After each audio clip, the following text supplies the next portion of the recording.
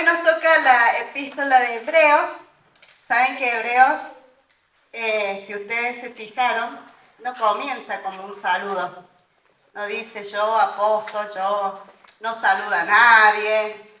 Como que arranca hablando sí, de un tema que a él se nota que le urgía empezar. Y pareciera que no tiene el diseño de una carta, pero termina como una carta. Así que este libro no se sabe quién lo escribió. Todavía están ahí. Algunos pensaban que era Pablo, otros Apolo, otro Bernabé, otro Lucas, pero no se sabe. Entonces, es incierto. El Señor sí sabe, porque Él se lo inspiró. Probablemente fue escrito alrededor del 68, recuerdan que eran perseguidos en Roma, y puede ser en el capítulo 13-24, puede ser que haya sido escrita en Italia, desde ahí o para ahí. Eso es lo único que se puede saber de esta carta, pero su público es un público hebreo de los judíos, porque tiene mucho contenido que les es de importancia al pueblo de los judíos. Entonces, acá se nota que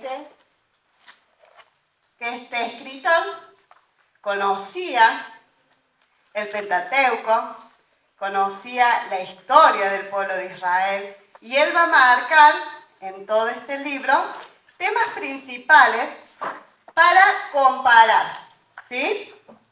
Él va a comparar. No es que le va a dar historia del Pentateuco, sino que va a tomar personajes y algunas ocasiones o eventos que hayan sucedido para comparar, porque él se va a centrar en una persona.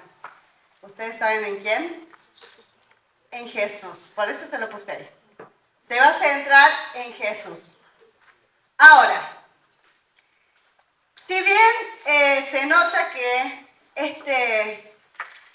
estos hermanos que han leído esta carta pasaban por persecuciones, ¿no?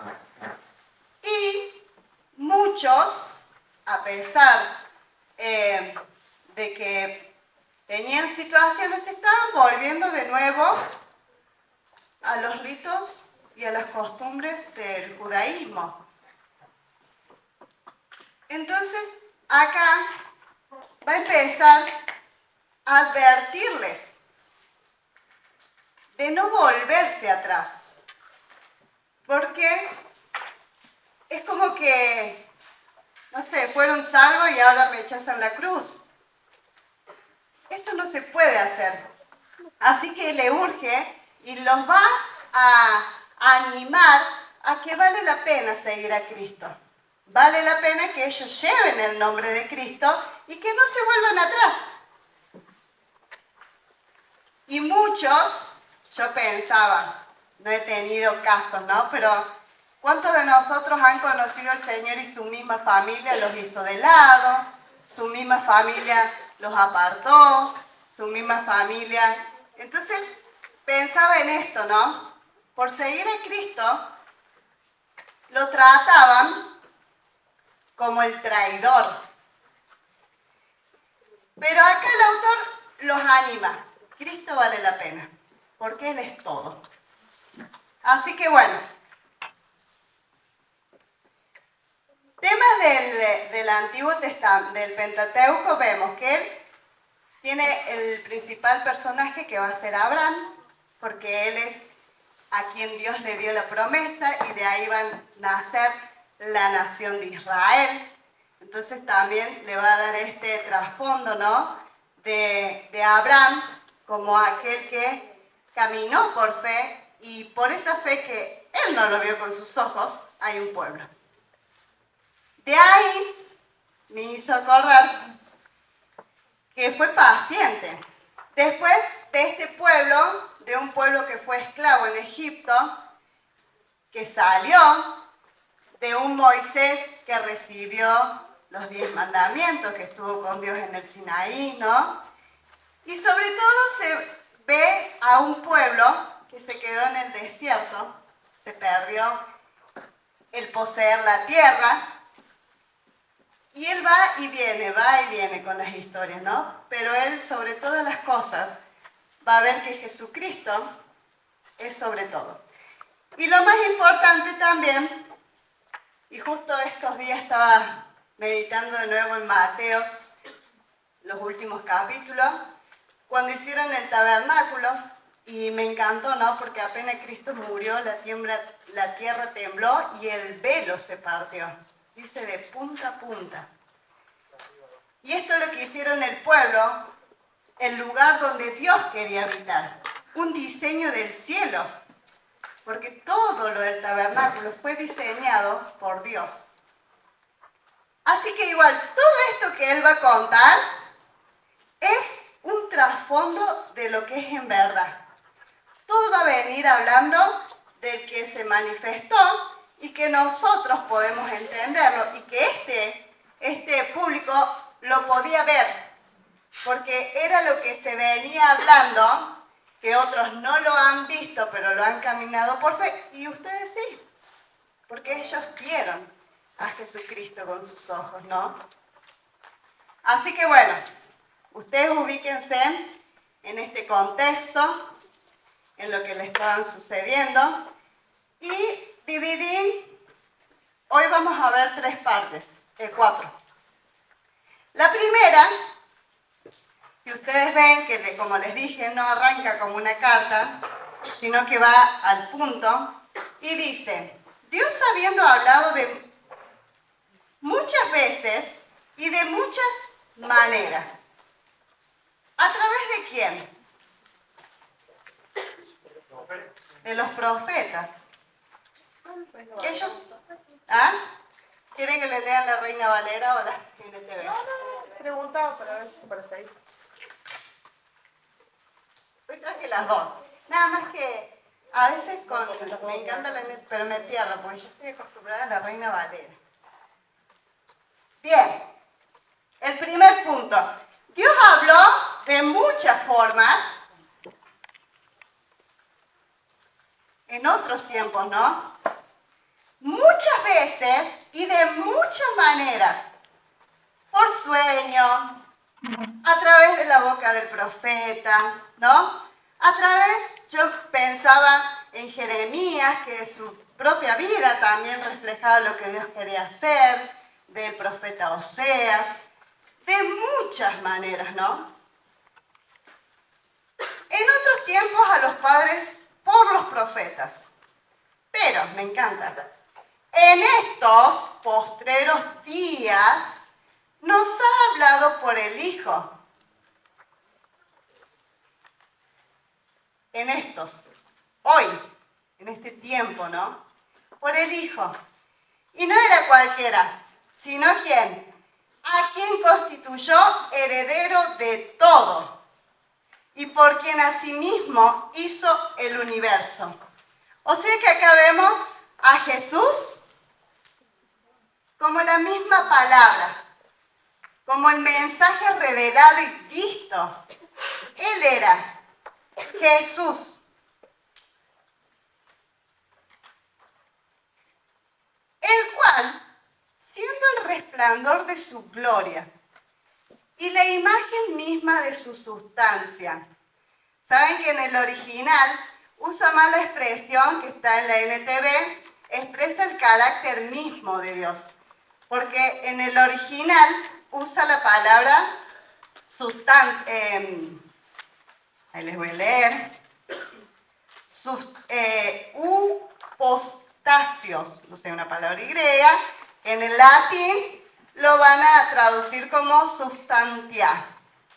Entonces, lo que decía, ¿no? Era lo que se ocultaba debajo de las apariencias externas, iba por debajo, ¿y qué hacía? Servía como eso de hacer el sello.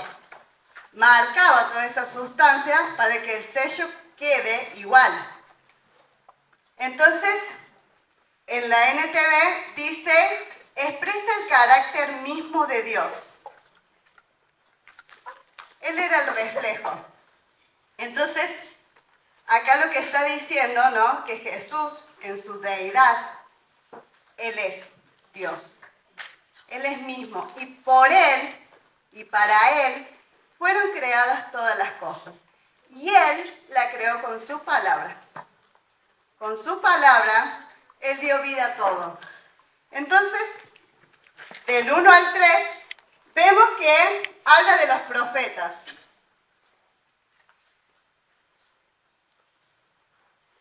En otros tiempos, ¿pero estos qué? Solamente dieron un mensaje cortito. No era todo. No era revelado todo el mensaje, sino que cada uno dio un fragmento de lo que Dios quería ir haciendo. Pero todo eso lo unió en Jesús. Y por eso acá dice que Él es superior a todos, ¿no? A los profetas. Él es la palabra misma de Dios.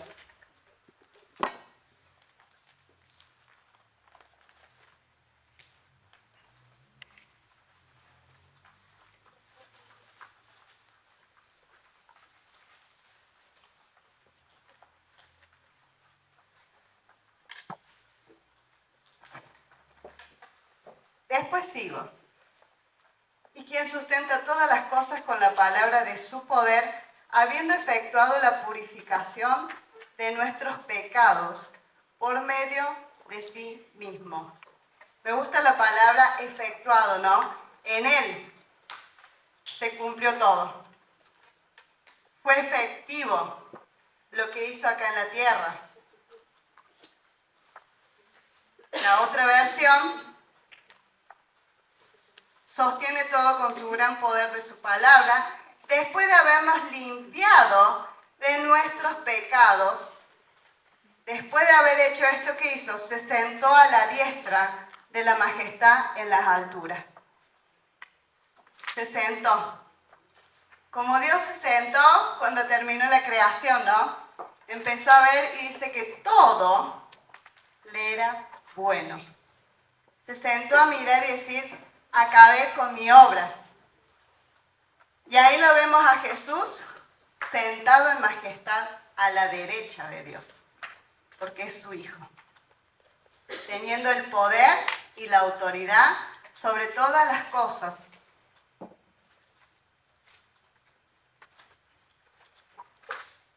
La segunda parte dice, hecho tanto superior a los ángeles, ¿cuánto heredó más excelente nombre que ellos? Saben que los ángeles para los judíos para ellos eran importantes, porque a través de ellos, en muchos pasajes dice que les fue revelada la palabra. Ellos eran. Pero, a pesar de esto, el autor quería dejar en claro, si bien los ángeles son creados para servir, solamente es para servir y para darle la gloria a Dios. Y a pesar de que le va a decir que son más superiores que nosotros, ¿no? Pero Dios no vino por ellos, vino por nosotros. Así que acá va a arrancar hasta el capítulo 2 con los ángeles. ¿Y qué se nos va a decir de ellos?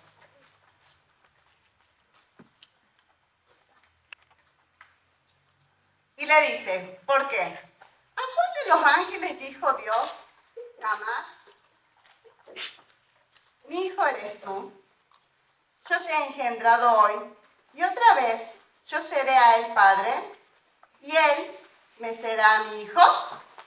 Es una pregunta que a ninguno. ¿A cuál? A ninguno. Y otra vez, cuando introducí al primogénito en el mundo, el primogénito en resucitar, ¿no? El primogénito Jesús, cuando lo introducía al mundo, haciéndose hombre. Adórenle en todos los ángeles de Dios. Pasó la tentación y dice que los ángeles venían y le servían, ¿no? Y aún así, me gustó las palabras de Jesús cuando lo llevaban a la crucifixión. Dice, yo podría haber pedido al Padre que me diera un montón de ángeles que vengan y me defiendan, pero no lo voy a hacer, porque Él quería hacer la voluntad de su papá. Ciertamente de los ángeles dice, el que te hace a sus ángeles espíritus y a sus ministros llama de fuego. Mas del Hijo dice tu trono, oh Dios, por el siglo del siglo, cetro de equidad es el cetro de tu reino. Has amado la justicia y aborrecido la maldad, por lo cual te ungió Dios, el Dios tuyo, con óleo de alegría más que tus compañeros. Y tú, oh Señor, en el principio fundaste la tierra, y los cielos son obras de tu mano. Ellos perecerán, mas tú permaneces, y todos ellos se envejecerán como una vestidura, y como un vestido lo envolverás y serán mudados, pero tú eres el mismo, ayer, hoy, por los siglos de los siglos, digo yo. Y tus años no acabarán. Y acá vemos que Dios, Jesús, es superior a los ángeles y Él es eterno. Él es eterno. Él es mucho más, ¿no? Está sobre todo. Pues, ¿a cuál de los ángeles dijo Dios jamás, siéntate a mi diestra hasta que ponga a tus enemigos por estrado tus pies? ¿No son todos espíritus ministradores enviados para servicio a favor de los que les serán herederos de la salvación? Siendo ellos más que nosotros, ellos nos sirven a nosotros. Dios los puso para servir al hombre. Por la gran misericordia de Dios, ¿no? Y Jesús se hizo hombre. Pero Él es superior. Él es superior. Entonces acá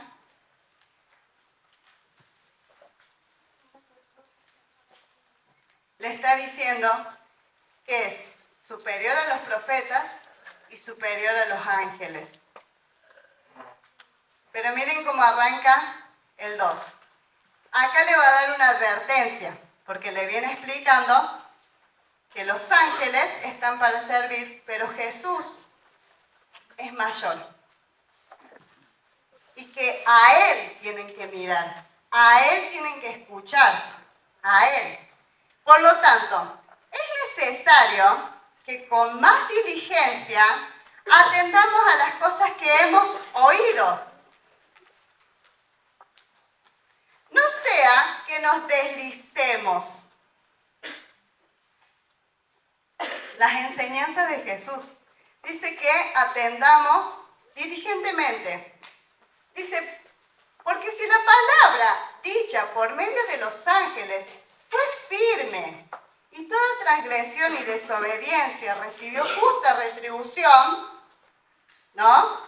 ¿Cómo escaparemos nosotros si descuidamos una salvación tan grande?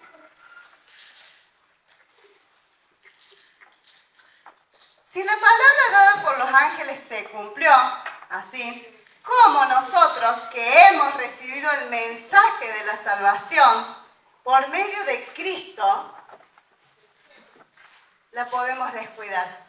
Y me gusta esto, tenemos que ser diligentes, porque si no somos diligentes, es como que nos vamos cayendo, ¿no? Deslizando, usa este verbo. De a poquito, pero te vas a ir cayendo. Entonces acá le está diciendo que en Jesús, es una advertencia, ¿no? Yo les traje el coso. Terminando para cada uno de estas partes, les va a advertir, porque les explica, les dice que Jesús es superior, pero que ellos tienen que estar atentos. Por eso siempre les advierte que no lo abandonen. Acá, atención, ¿no? Al mensaje.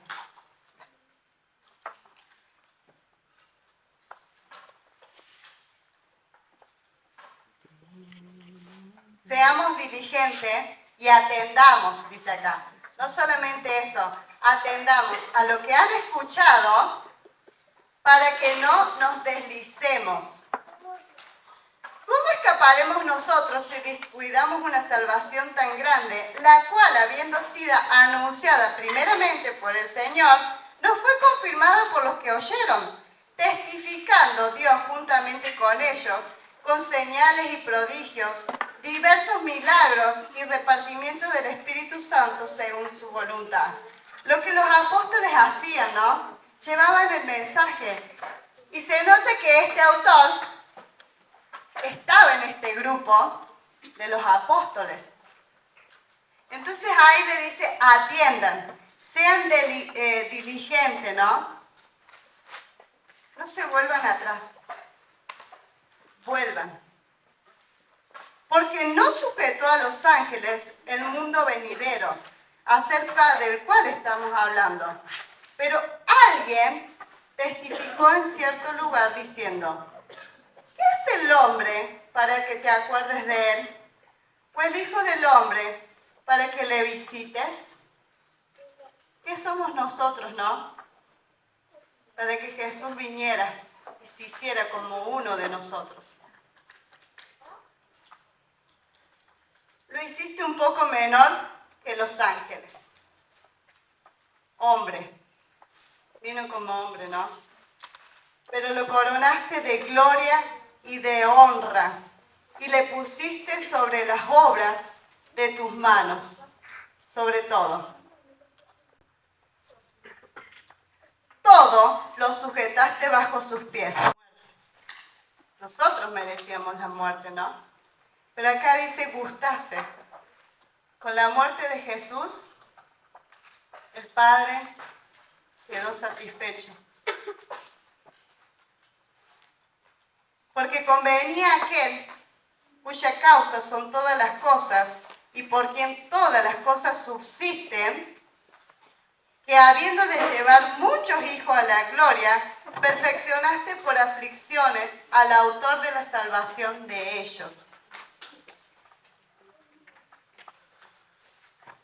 Jesús es el autor.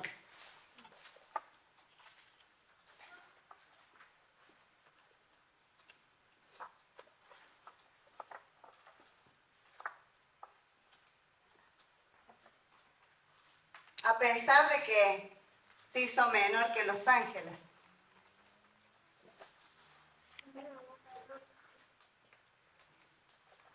Porque el que santifica y los que son santificados de uno son todos, por lo cual no se avergüenza de llamarlos hermanos. Y justo me acordaba cuando Jesús resucitó y le dice a María, ve y dile a mis hermanos, ¿no? A los mismos, que estoy vivo, que resucité. Y él mismo llamó hermanos, ¿no?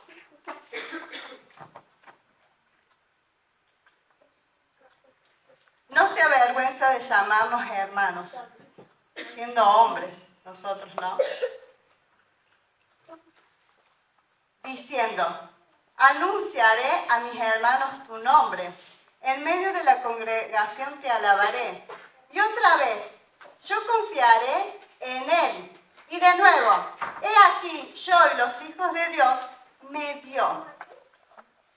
Así que por cuanto los hijos participaron de carne y sangre, él también participó de lo mismo, para destruir por medio de la muerte al que tenía el imperio de la muerte, esto es, al diablo.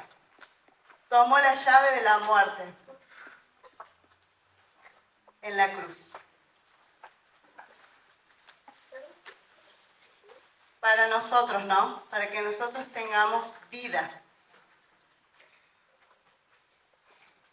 Y librar a todos los que por el temor de la muerte estaban durante toda la vida sujetos a servidumbre.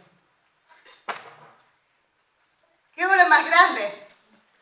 Entonces ya no miren a los ángeles, que les fue dada alguna palabra, miren a Jesús, que es el autor de la salvación, que es el que nos da la vida porque Él le sacó la llave de la muerte. Miren a Él, a Jesús,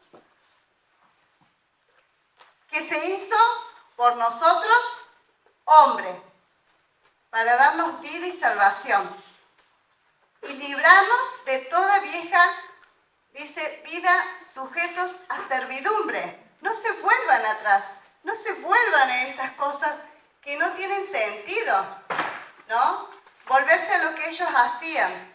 Miren a Jesús y sigan llevando el nombre de Cristo por todos lados. Porque ciertamente no socorrió a los ángeles, sino que socorrió a la descendencia de Abraham, a los hombres. Por lo cual debía ser en todo semejante a sus hermanos, en todo, para venir a ser misericordioso y fiel sumo sacerdote en lo que a Dios se refiere para expiar los pecados del pueblo. Pues en cuanto Él mismo padeció siendo tentado, es poderoso para socorrer a los que son tentados. Santiago. Ahora, nos socorre. Porque Él fue poderoso. Y Él como hombre puede decir, pueden vencer. Se hizo hombre para darnos el ejemplo, ¿no? Y para que ellos mismos, yo pensaba en ellos, ¿no? No digan, no puedo. No sé si voy a soportar. Cristo lo hizo y fue hombre. Ustedes pueden. No vuelvan atrás. No vuelvan atrás. Sigan mirando la obra de Cristo. Sigan mirando esa obra. Y Él es poderoso para socorrernos.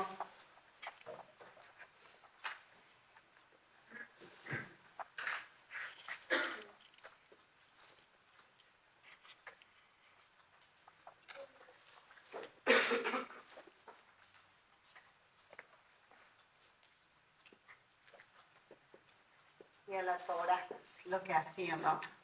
A la misma palabra. Dios es poderoso.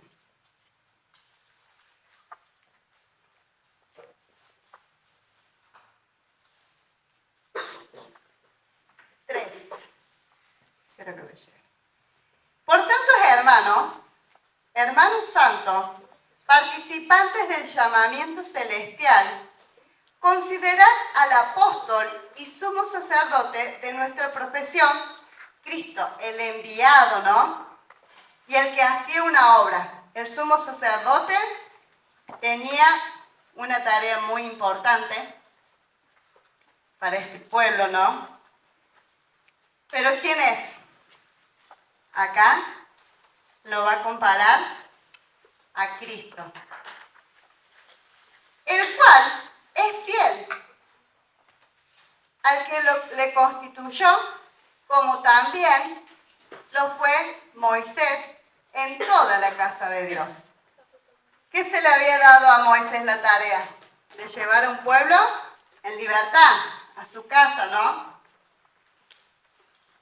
Y acá va a empezar a comparar el trabajo que hizo Moisés de guiar a un pueblo, de sacarlo de la esclavitud, pero no solamente de eso, su trabajo, porque era descendiente de Leví y tenía a su hermano Aarón, que cumplían con el trabajo de sumo sacerdote, de entrar a la presencia de Dios y de hacer el sacrificio por los pecados.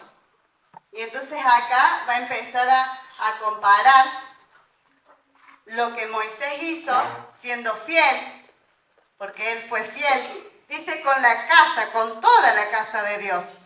Porque de tanto mayor gloria que Moisés, es estimado digno ¿quién? Jesús. Mayor gloria. ¿Cuánto tiene mayor honra que la casa el que la hizo? El mismo Dios. Él, el que la hizo. No el que mandó a que cuidara de la casa, ¿no? Sino el que la hizo. Cristo mismo. Mayor gloria. Porque toda la casa es hecha por alguno, pero el que hizo todas las cosas es Dios. Y Moisés, a la verdad, fue fiel en toda la casa de Dios como siervo para testimonio de lo que se iba a decir. Una pequeña luz de lo que Dios quería decir, ¿no? Ahí, un destello chiquito del mensaje. Pero Cristo, como hijo sobre su casa, la cual casa somos nosotros. Y acá me gusta, ¿no? Porque el que va a habitar es en nosotros. El muñequito mío. Este era sobre un pueblo, ¿no? Sobre una casa hecha, el pueblo de Dios. Pero ahora Cristo va a estar en nuestras vidas. Nosotros somos su casa. Nosotros. Y dice acá, la cual casa somos nosotros, si retenemos firme hasta el fin la confianza y el gloriarnos en la esperanza. Si retenemos. ¿Qué le está diciendo acá? Guarden esta esperanza. Guarden la esperanza de que Cristo está en ustedes.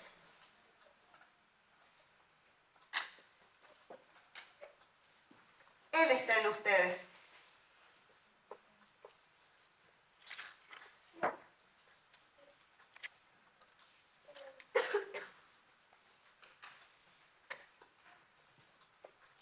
Y acá es Cristo en la esperanza.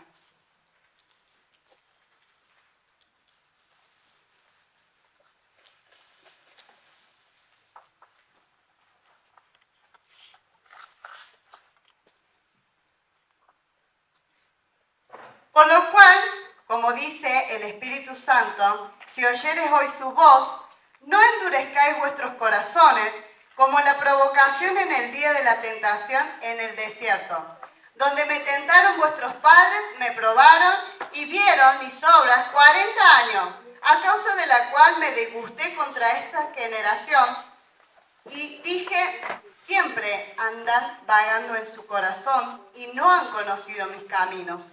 Por tanto, juré en mi ira, no entrarán en mi reposo. Mirad, hermano, que no haya ninguno de vosotros corazón malo de incredulidad para apartarse del Dios vivo. ¿Qué le está diciendo? Si este pueblo vagó 40 años, no porque Dios lo quiso, sino porque ellos, ¿qué hicieron con su corazón? Lo endurecieron, lleno de incredulidad. Lleno de incredulidad. ¿Qué le está diciendo acá? Ojo con que alguno de ustedes endurezcan su corazón. Ojo con llenar el corazón con la incredulidad de no creerle a Dios. ¿Por qué? Así como el pueblo no entró, así como el pueblo vagó 40 años, a ustedes les puede pasar lo mismo. Entonces acá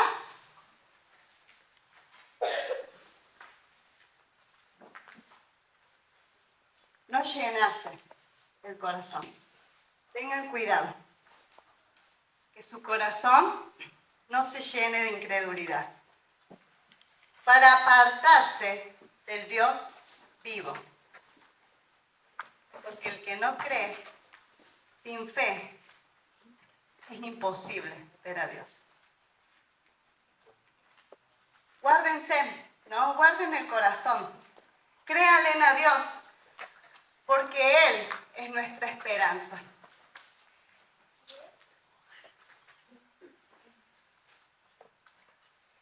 Antes, exhortaos los unos a otros cada día, entre tanto que se dice hoy, para que ninguno de vosotros se endurezca por el engaño del pecado.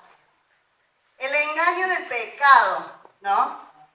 Porque somos hechos participantes de Cristo, con tal que retengamos firme hasta el fin nuestra confianza del principio. Entre tanto que se dice, si oyeres hoy su voz, no endurezcáis vuestros corazones, como en la provocación. ¿Quiénes fueron los que habiendo oído le provocaron? ¿No fueron estos todos los que salieron de Egipto por mano de Moisés?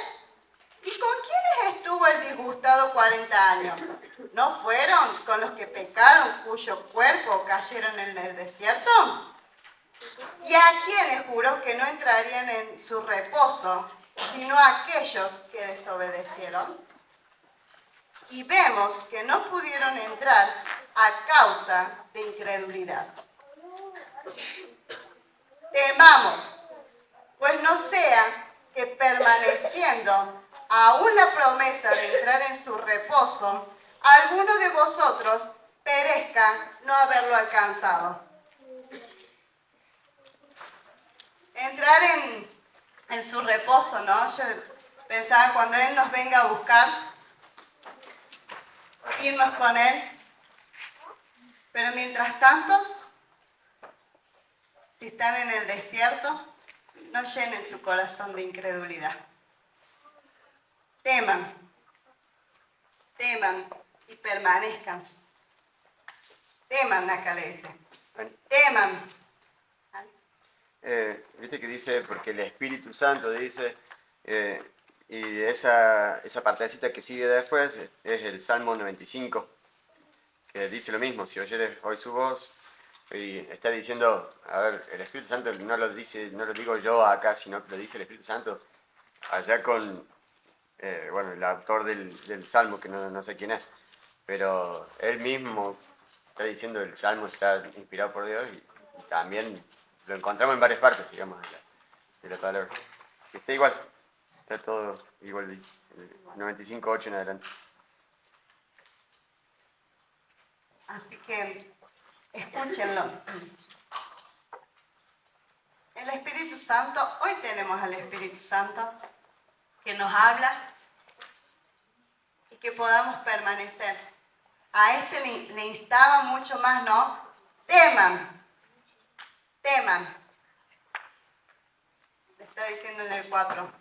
No sea que permaneciendo aún la promesa de entrar en su reposo, a alguno de vosotros perezca no haberlos alcanzado. Porque también a nosotros se nos ha anunciado las buenas nuevas como a ellos. ¿Como a quiénes? A los que escuchaban, ¿no? A nosotros también. Pero no les aprovechó el oír la palabra por no ir acompañada de fe en los que la oyeron. Cuando Dios les habló al pueblo y les dijo, sírvanme, sean obedientes a mi palabra, Dios mismo, y ellos dijeron, sí, te serviremos, ¿no? Pero quedaron en el camino. Ellos escuchando la palabra se quedaron, porque no iba acompañado de fe. Por lo que hemos creído, entramos en el reposo de la manera que dijo, por tanto, juré en mi ira, no entrarán en mi reposo, aunque las obras suyas estaban acabadas desde la fundación del mundo. Porque en cierto lugar dijo así, del séptimo día, y reposó Dios de toda sus obras en el séptimo día. La obra de Dios está acabada, nada más que nos está esperando a nosotros. Lleno de misericordia, ¿no? Pero que podamos creerle cada vez más. Y otra vez aquí, no entrarán en mi reposo.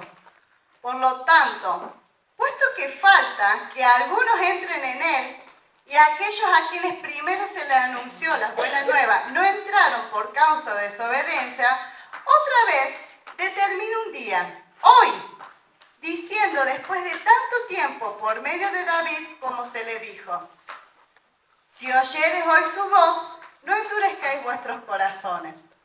Lo bueno es repetir una y otra vez, ¿no? Porque les quiere dejar en claro esto: no endurezcan sus corazones.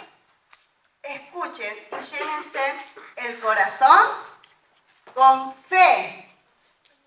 Su corazón esté lleno de fe.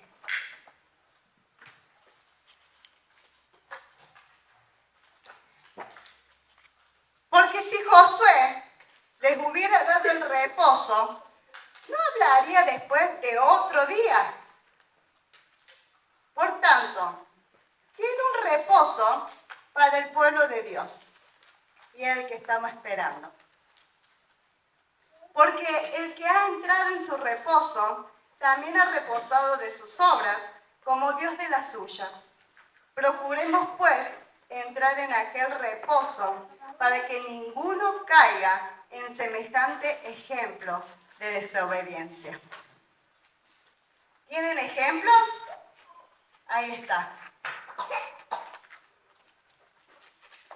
Procuremos entrar. Porque la palabra de Dios es viva y eficaz, y más cortante que toda espada de dos filos, y penetra hasta partir el alma y el espíritu, las coyunturas y los tuétanos, y discierne los pensamientos y las intenciones del corazón. Versículo conocido. Pero la palabra de Dios, de la que sale de su boca, y no hay cosa creada que no sea manifiesta en su presencia. Ante bien, todas las cosas están desnudas y abiertas a los ojos de aquel a quien tenemos que dar cuenta. Entonces, estos dos capítulos, el autor habla de lo que le sucedió al pueblo. Habla de la palabra, porque ellos escucharon, pero endurecieron su corazón. Y Dios le había prometido una tierra, un lugar donde reposar, un lugar donde disfrutar, un lugar donde era bendecido para ellos. Sin embargo, murieron en el desierto. No entraron a ese lugar. ¿Por qué? Por la incredulidad. Y acá le está diciendo a ellos: no vuelvan, no endurezcan su corazón. Sigan escuchando su voz. Sigan creyendo y teniendo la esperanza en Jesús, quien es la palabra viva, y que en Él podemos permanecer para entrar en ese reposo. Aún en medio de las persecuciones, ¿no? Su vida no se pierde. Va a entrar a ese reposo. Si muchos permanecieron fieles, no mirando, ¿cuánto más ustedes? Y van a llegar a ese reposo que Dios preparó y que ya está listo. Y acá los anima, ¿no? Por lo tanto, teniendo un gran sumo sacerdote que traspasó los cielos, Jesús, el Hijo de Dios, retengamos nuestra profesión. Traspasó los cielos. No se quedó en ese lugarcito como los otros sumos sacerdotes. que solamente podían entrar una vez al año. Este Jesús está en la presencia misma por nosotros e intercede por nosotros. Porque no tenemos un sumo sacerdote que no pueda compadecerse de nuestras debilidades, sino uno que fue tentado en todo según nuestra semejanza, pero sin pecado. Acerquémonos, pues, confiadamente al trono de la gracia para alcanzar misericordia y hallar gracia para el oportuno socorro. Ahora sí nos podemos acercar, ¿no? Confiadamente, porque la sangre del Cordero nos limpia y nos hace estar delante de su presencia.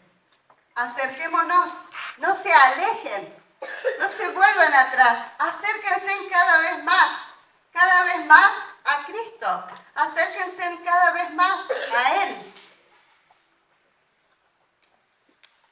Porque todo sumo sacerdote, tomando de entre los hombres, es constituido a favor de los hombres en lo que a Dios se refiere, para que presenten ofrenda y sacrificios por el pecado. Dios constituyó a la tribu de Leví exclusivamente para que ellos le sirvieran. Y eran ellos, hombres, ¿no? ¿Pero qué? ¿Qué hacían esto? Presentaban las ofrendas y los sacrificios por los pecados, que lo hacían una vez al año. Para que se muestre paciente con los ignorantes y extraviados, puesto que Él también está rodeado de debilidad. Y por causa de ella, debe ofrecer por los pecados, tanto por sí mismo como también por el pueblo. Entonces, el sacerdote humano tenía que ofrecer primero por él, para no caer muerto, y después por el pueblo. Era limitado.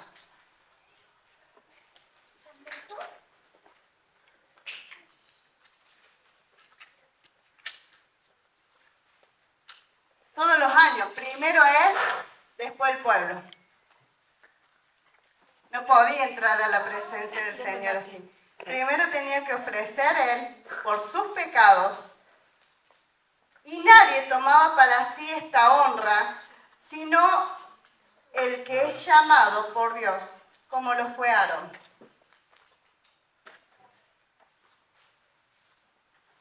Así tampoco, Cristo se glorificó a sí mismo, haciéndose sumo sacerdote, sino que le dijo: tú eres mi hijo, yo te he engendrado hoy.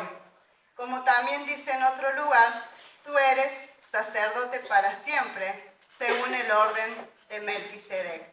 En los capítulos que le sigue va a hablar de este Melquisedec, que solamente lo pueden encontrar en Génesis 14 por ahí, o 17. Ya te digo. Sí, anda por el 17, 14 o 14. De este sacerdote, dice que era rey de Salum. No se dice mucho. Ya en los otros capítulos que vienen, el 7 va a hablar más de él, más profundo. Pero no se dice nada de sus papás, no se dice nada de dónde venía, solamente se cuenta ese pedacito, o sea, como que no tiene ni un comienzo ni un fin. Y yo pensaba en esto, ¿no? Cuando él da el ejemplo, y tampoco era de la tribu de Leví, estaba mucho antes, estaba en Génesis. Ya después, cuando Dios constituyó y dijo: apártenme a los levitas, ¿vale? ¿Contaste? 14 me parece. 14, 17 por ahí.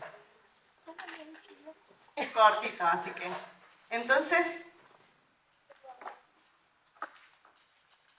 acá le está diciendo que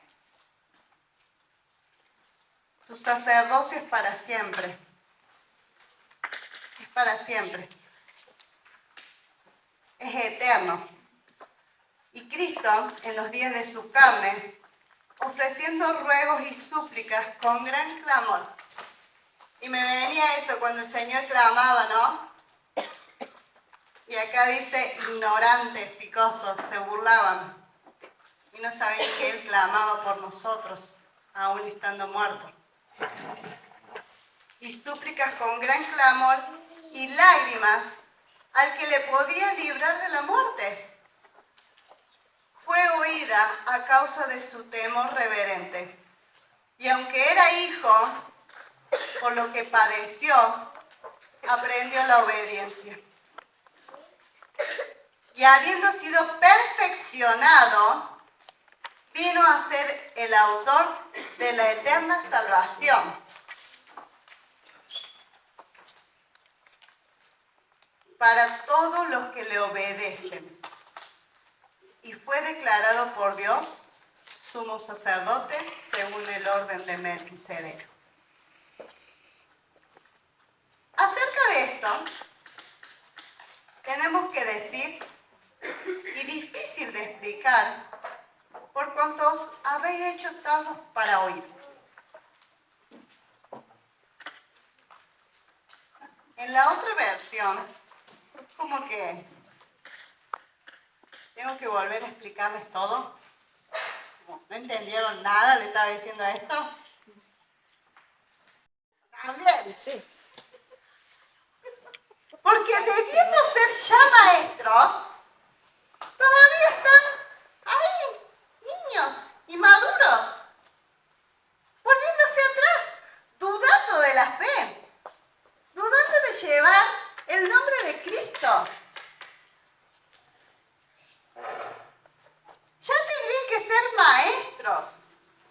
Después de tanto tiempo, ¿tenéis necesidad de que os vuelva a enseñar cuáles son los primeros rudimentos de la palabra de Dios?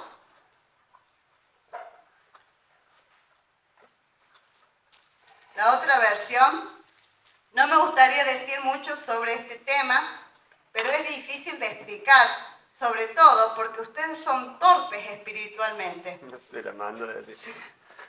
Y tan parece que no escuchan.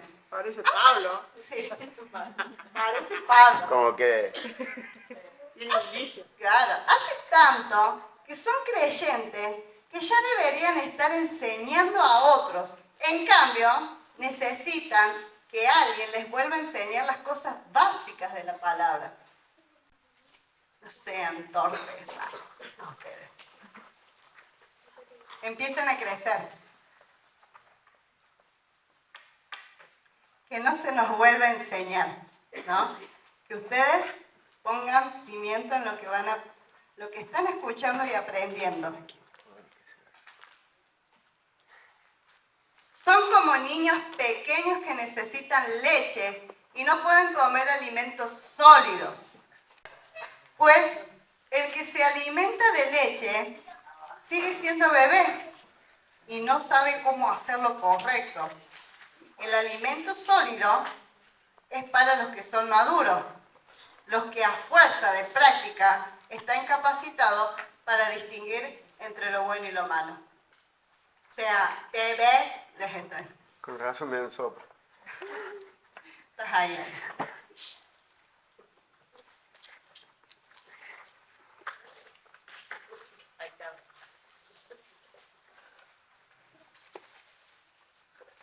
Bien, hasta acá el que escribió Hebreos, ¿no? Está diciendo que arranca con lo primero. Jesús es superior a todas las cosas. Por Él fueron creadas todas y Él creó las cosas a través de la palabra, ¿no? Está en el Corintios. Romanos 14. Humano. Romanos 14 que dice que de Él, por Él y para Él es todas las cosas. Por Él y para Él, sí, yo me acordaba de eso. Y me gusta también pensar en Juan cuando arranca desde el principio. Ahí estaba Dios, ahí estaba Jesús, ahí estaba el Verbo, ¿no? Haciendo las cosas. Él es el autor de todas las cosas. Entonces, ¿qué va a decir? Los profetas anunciaron, ¿no? Pero en Jesús vamos a ver la revelación completa. En Jesús vemos la revelación. Lo que nos fue anunciado por pedacitos, por cada uno, ¿no? Está completo en Jesús. La palabra misma. Y ustedes tienen a Jesús. Piensen en ellos, ¿no? Que han creído en Cristo. Porque no duden. No dude en lo que les fue implantado en su corazón. No estén dudando en esto. Porque la palabra verdadera y la que era anunciada está dentro de ustedes. Y aunque los ángeles, para ellos le era importante, pero ninguno de ellos se sentó. Ninguno de ellos es hijo, solamente Cristo. Cristo, el que se sentó en el trono y que está todo debajo, sobre él. Miren a Jesús y no sigan las enseñanzas de pensar que los ángeles son importantes. Miren a Jesús. Y si bien a Moisés se le confió un pueblo, y fue fiel siendo hombre, imagínense en cuanto Jesús, que tuvo la tarea de cuidar la casa y de cuidar nuestra casa y de cuidarnos a nosotros, porque ahora nosotros somos su casa, Él va a ser fiel. Y la tarea de un sacerdote, ¿no? Todo el año el pueblo esperaba que el sacerdote, una vez al año, hiciera la expiación del pecado, ¿no? Para estar en paz con Dios. Entonces en Jesús ya no van a esperar todos los años. Está hecho el sacrificio. Y más adelante, en los otros capítulos, vamos a ver el sacrificio en sí, que ya se hizo una vez para siempre. Acá está dando la comparación del trabajo del sacerdote, lo que él hacía. Pero este sacerdote era limitado. Era un sacerdote que primero tenía que ofrecerse por sí mismo. Primero. Pero Cristo no. Porque dice que Él no pecó. Él se presentó ante Dios y no tuvo que hacer un sacrificio por su vida, sino que Él se ofreció como sacrificio por nosotros. Entonces Jesús es superior al servicio del sacerdocio, a todo lo que hacía, ¿no?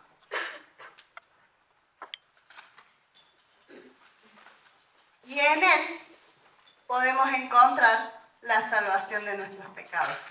Así que dejemos de repasar una otra vez las enseñanzas elementales acerca de Cristo. Por el contrario, sigamos adelante hasta llegar a ser maduros en nuestro entendimiento.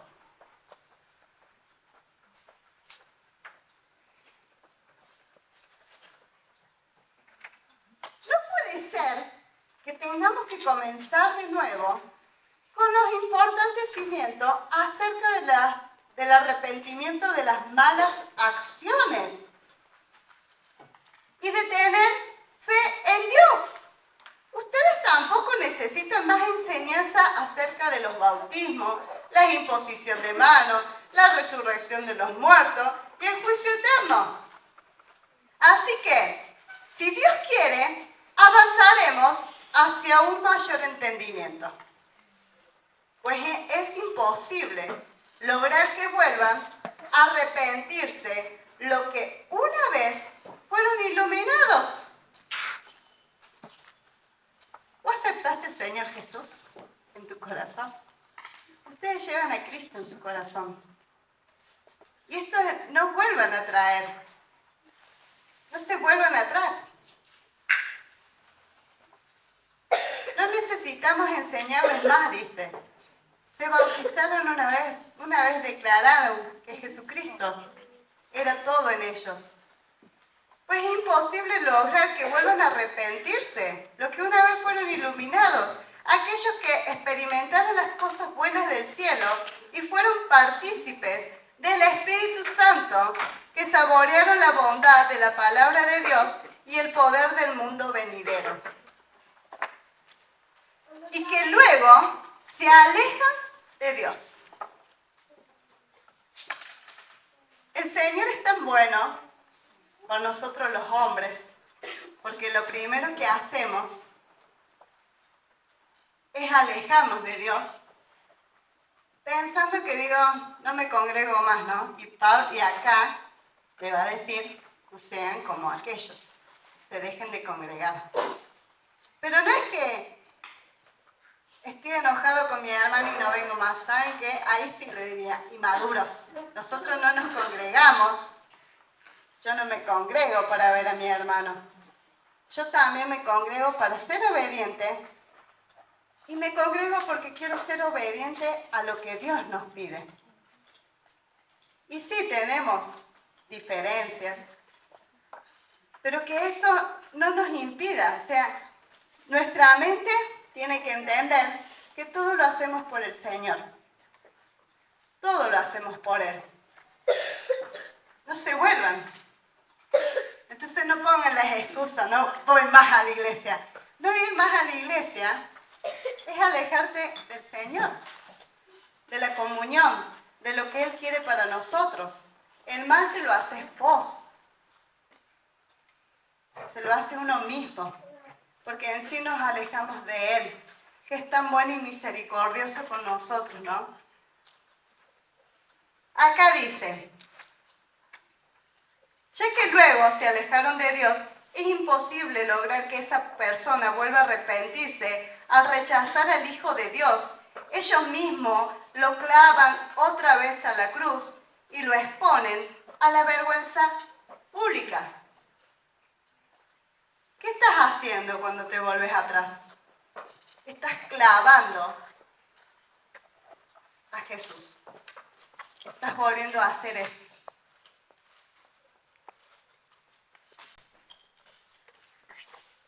Cuando la tierra se empapa de la lluvia que cae y produce una buena cosecha para el agricultor, recibe bendición de Dios.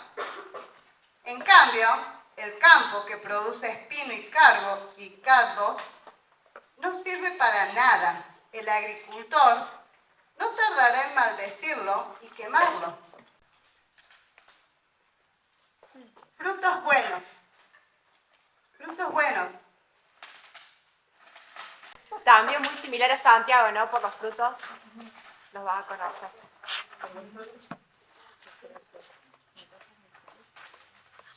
Vuelvo a la Reina Valera. ¿Ahora? Es lo mismo, no voy a volver cosas. Dice, y recayendo sean otra vez renovados para arrepentimiento, crucificando de nuevo para sí mismo al Hijo de Dios y exponiéndolo al vituperio. Entonces, ¿qué le estás advirtiendo acá? ¿No? El sacerdocio que Dios hace para nuestros pecados, lo que hacía el sacerdote, su servicio, ¿no? De presentarse para que Dios tapara nuestro pecado, porque ahí lo que hacía era tapar. Le está diciendo que Cristo ya lo quitó, pero que ustedes no vuelvan atrás, no se vuelvan a hacer los ritos, sabiendo que Cristo hizo el mejor sacerdocio, su mejor ministerio, de quitarnos el pecado, de quitarlo, no de borrarlo o de taparlo así. Ya no necesitan volver todos los años, porque Él quitó. Ahora vos estás negando la obra de Cristo en la cruz. Estás clavando de nuevo. Estás pensando que Cristo quedó ahí, pero Él hizo la obra completa, hizo su servicio completo. Queridos amigos, aunque hablamos de este modo, que era bastante áspero, ella les dijo que son unos bebés inmaduros, que no se vuelvan, que hay que repetirle las cosas, empiecen a crecer, ¿no? Aunque hablamos de este modo, no creemos que se aplique a ustedes. Un poquito.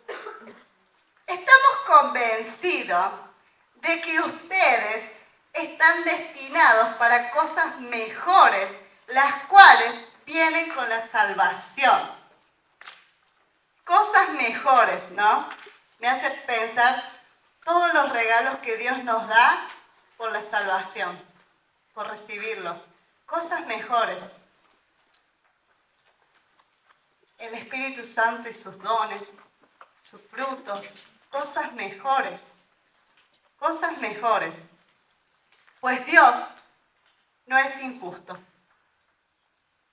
No olvidará con cuánto esfuerzo han trabajado para Él y cómo han demostrado su amor por Él sirviendo a otros creyentes, amando a su prójimo, ¿no?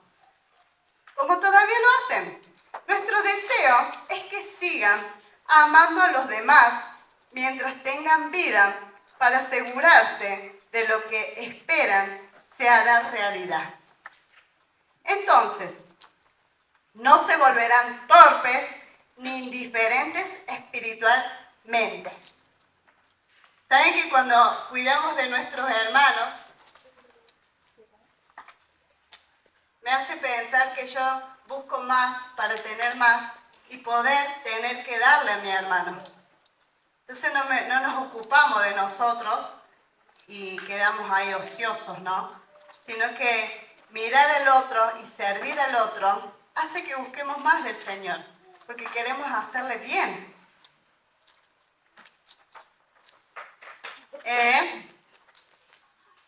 ¿Dónde voy? 12. Entonces, no se volverán torpes ni indiferentes espiritualmente. En cambio, seguirán el ejemplo de quienes, gracias a su fe y perseverancia, heredarán las promesas de Dios. Seguirán el ejemplo. ¿Han tenido ejemplos anteriores? Sí. Por ejemplo, estaba la promesa de que Dios le hizo a Abraham. Como no existía nadie superior a Dios por quien jurar, Dios juró por su propio nombre, diciendo: ciertamente te bendeciré y multiplicaré tu descendencia hasta que sea incontable. Dios jura por sí mismo, por amor a mi nombre, ¿no? Por amor a mi nombre. Yo digo, cuando Dios juró por sí mismo, aún viendo el corazón duro, rebelde, que le ha dado la espalda, que fueron cautivos, que perdieron todo lo que Dios les dio, dice: por amor a mi nombre, la misericordia los va a seguir. Por amor a mi nombre, los he amado. Por amor a mi nombre, he entregado a mi Hijo por ustedes. Por Él. No porque lo merecíamos. Entonces, Abraham esperó con paciencia y recibió lo que Dios le había prometido. Muchos años esperó. Con paciencia. Aunque era viejo, ¿no? Pero recibió. Y aunque él no vio, el pueblo creyó. Ahora bien, cuando las personas hacen un juramento, invocan a alguien superior a ellas para obligarse a cumplirlo, ¿no? Y no cabe ninguna duda que ese juramento conlleva una obligación. Dios también se comprometió mediante un juramento para que los que recibieron las promesas pudieran estar totalmente seguros de lo que de que jamás cambiaría de parecer.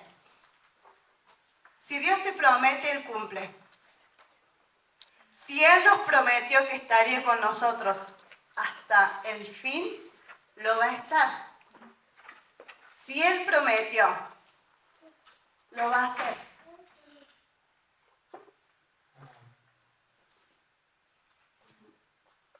Así que Dios ha hecho ambas cosas, la promesa y el juramento. Estas dos cosas no pueden cambiar porque es imposible que Dios mienta. Es imposible. En Él no hay variación de sombra. Por lo tanto, los que hemos acudido a Él en busca de refugio, podemos estar confiados, aferrándonos a la esperanza de que está delante de nosotros. Esta esperanza es un ancla firme y confiable para el alma. Nos conduce a través de la cortina del santuario interior de Dios. Jesús ya entró allí por nosotros, al lugar santísimo, ¿no? Donde entraba el sumo sacerdote. Jesús ya entró por nosotros. Él ha llegado a ser nuestro eterno sumo sacerdote, según el orden de Melquisedec.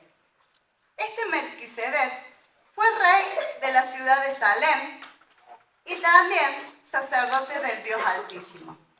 Cuando Abraham regresaba triunfante de una gran batalla contra los reyes, Melquisedec salió a ese encuentro y lo bendijo.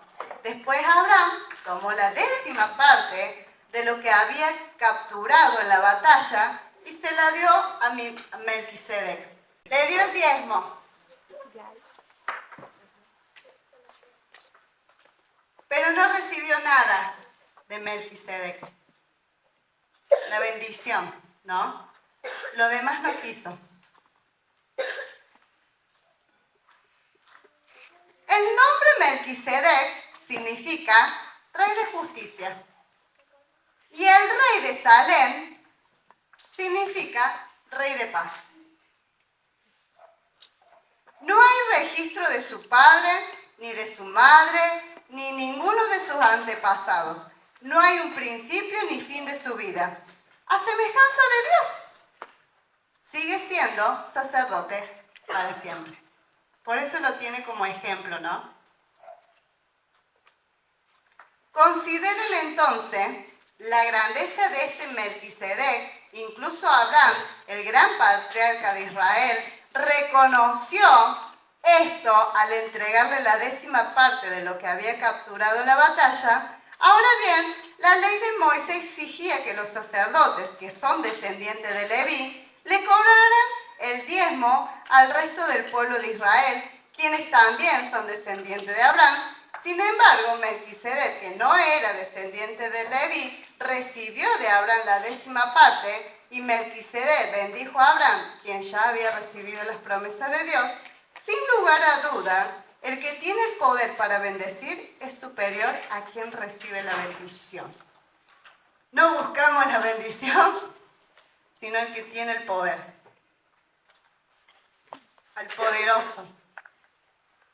Entonces, ¿qué le está diciendo? Si ustedes tienen el ejemplo de Abraham, que lo reconoció, ¿no?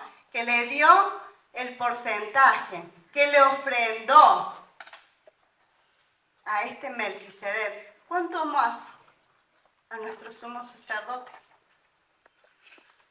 Que le podamos dar todo a él, reconociendo como el Señor de todo. Y así como el pueblo daba el diezmo de lo que recibía, ¿no? Que nosotros demos todo por el Señor. Porque no solamente es plata. ¿En qué áreas de mi vida no le estoy dando? Si el Señor me está bendiciendo en muchas cosas, ¿no?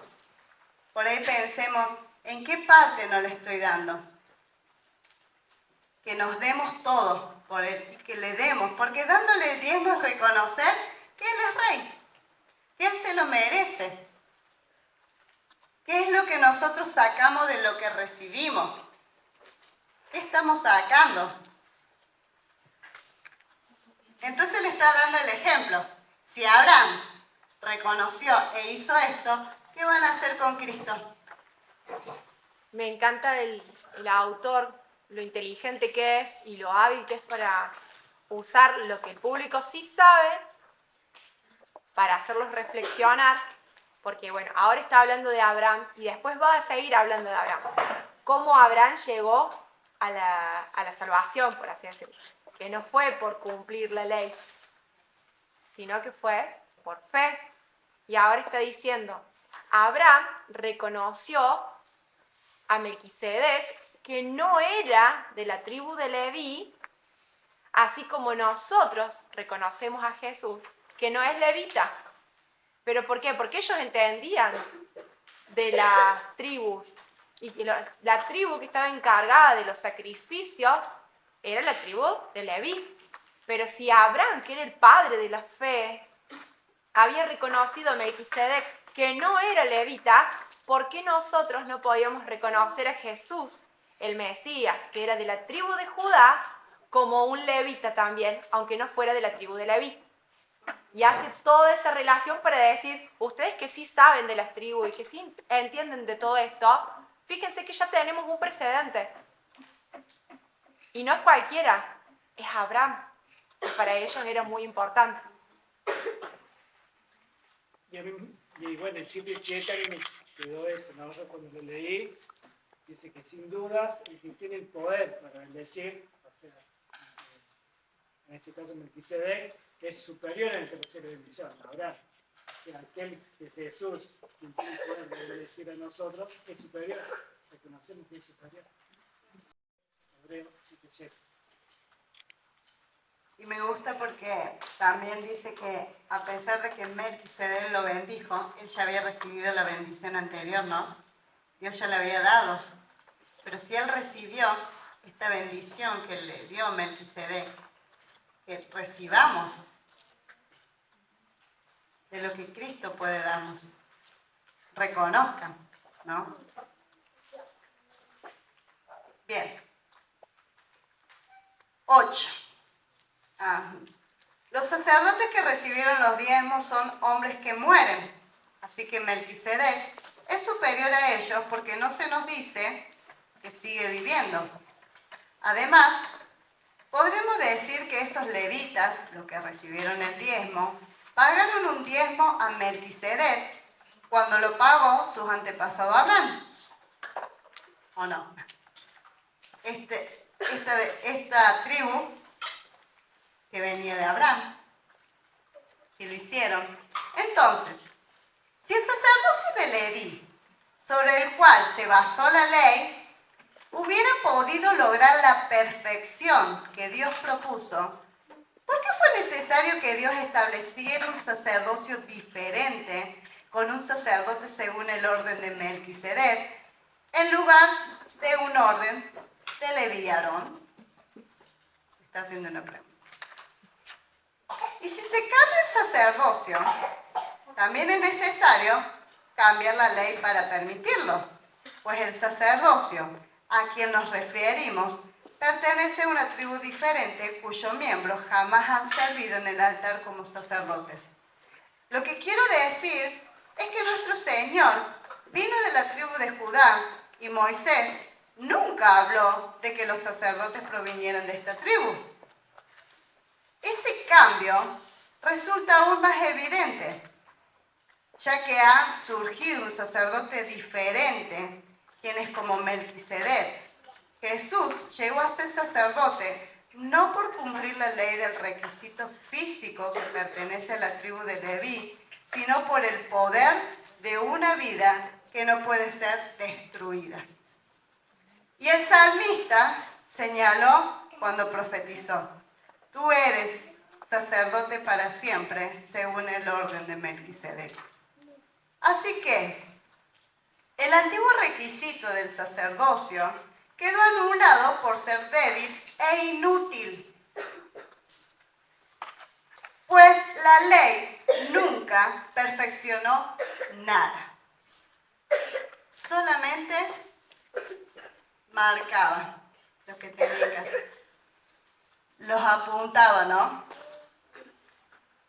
A la condición en que estaban. Es lo que hacía la ley.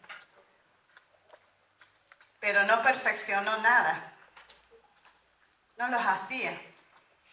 Pero ahora confiamos en una mejor esperanza por la cual nos acercamos a Dios.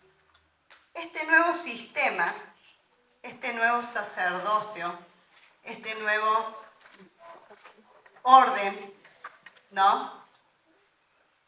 Establecido un juramento solemne. La descendencia de Aarón llegaron a ser sacerdotes sin un juramento. Pero había un juramento con relación a Jesús, pues Dios le dijo, el Señor ha hecho un juramento y no romperá su promesa. Tú eres sacerdote para siempre.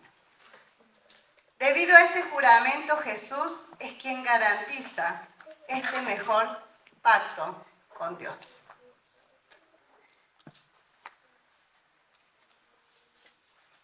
Hubo muchos sacerdotes bajo el sistema antiguo porque la muerte les impedía continuar con sus funciones, ¿no? Un servicio limitado hasta que se morían, volvía otro y otro y otro y otro y otro. Pero dado que Jesús vive para siempre, su sacerdocio dura para siempre. Por eso puede salvar. Por eso es el autor eterno de la salvación. Una vez y para siempre. A los que vienen a Dios por medio de Él, quien vive para siempre, a fin de interceder con Dios a favor de ellos. El que está en el lugar santísimo intercediendo por nosotros. Es la clase de sumo sacerdote que necesitamos. Porque es santo y no tiene culpa ni mancha de pecado. Él ha sido apartado de los pecadores y se le ha dado el lugar de más alto honor en el cielo. A diferencia de los demás sumos sacerdotes, no tienen necesidad de ofrecer sacrificios cada día. Ellos lo ofrecían primero por su propio pecado y luego por el pueblo. Sin embargo, Jesús lo hizo una vez y para siempre, cuando se ofreció a sí mismo como sacrificio por los pecados del pueblo. La ley nombra a sumos sacerdotes que están limitados por las debilidades humanas, pero Dios, de quien la ley fue entregada, Dios nombró a su Hijo mediante un juramento y su Hijo ha sido hecho perfecto sumo sacerdote para siempre.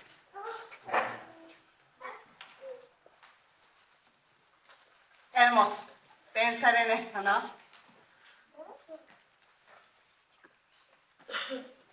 De saber que Él está delante del Padre, intercediendo por nosotros. Y que su sacrificio es para siempre. Y que su sacerdocio es para siempre. Y hasta acá el autor lo está animando a que vean que Cristo es superior a todas las cosas. Y que estos hebreos no vuelvan a su vieja vida, sino que puedan seguir permaneciendo fiel, a pesar de todo lo que ellos pasaban.